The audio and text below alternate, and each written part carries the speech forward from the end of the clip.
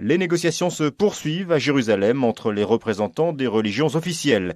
Et les débats se sont envenimés hier avec l'annonce par les délégués californiens de la Scientologic Limited du dépôt d'une double plainte contre la Kippur Corporated. Plainte pour falsification des listes électorales et non-respect des règles de la concurrence. Explication du pasteur McFinley, porte-parole de la délégation scientologue. Je ne sais pas si vous vous rendez compte de l'impact publicitaire de la notion de peuple élu. Alors moi, je pose la question. Élu dans quelles conditions ? Le quorum a-t-il été atteint ? Le vote a-t-il été validé par une commission indépendante ?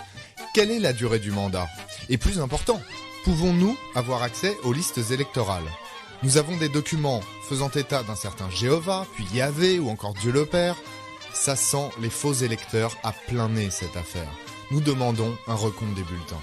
Du côté de la Kippur Corporated, on se veut confiant en soulignant que le bilan de leurs 6000 ans d'exercice prouvait leur aptitude à conserver le titre.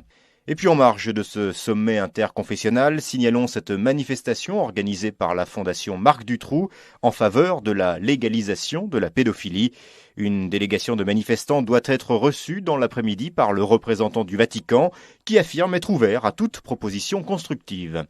Téhéran et Kaboul viennent de communiquer la liste hebdomadaire des fatwas mortels pour la France. Sont visés cette semaine l'auteur Nicolas Foubert, qui a prononcé le mot ramadan la bouche pleine, et un professeur de philosophie qui s'était apparemment pris les pieds dans un tapis de prière. De son côté, le Vatican communique massivement sur ses futurs fatwas évangéliques, dans le but évident de récupérer le marché lucratif des produits dérivés. La première croix à cran d'arrêt sera offerte avec le prochain numéro de Télérama. Le but est bien sûr de concurrencer la mini-ceinture d'explosifs envoyée gratuitement aux abonnés de la chaîne Al Jazeera Kids.